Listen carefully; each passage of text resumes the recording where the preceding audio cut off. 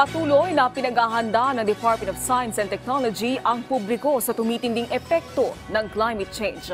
Sa susunod na episode ng In Person, ipinaalala at ipinaliwanag ni DOST Secretary Renato Solidum Jr.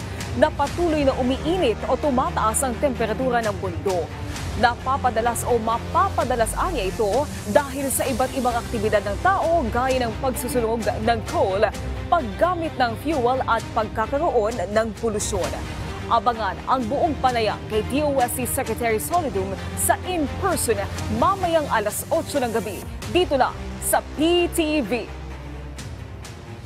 Yung natural na pag-init ng mundo ay na-accelerate at nalagpasan pa yung dati ng pinakamainit na temperatura noong unang panahon na wala pang pagsunog ang mga tao, no wala pang tao.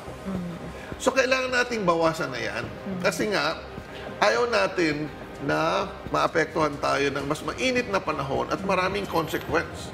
Pag nagkaroon ng global warming, mas malalakas ang bagyo, mas matitindi ang tagtuyot, magkakaroon ng kulang ng tubig, may mga sakit pa.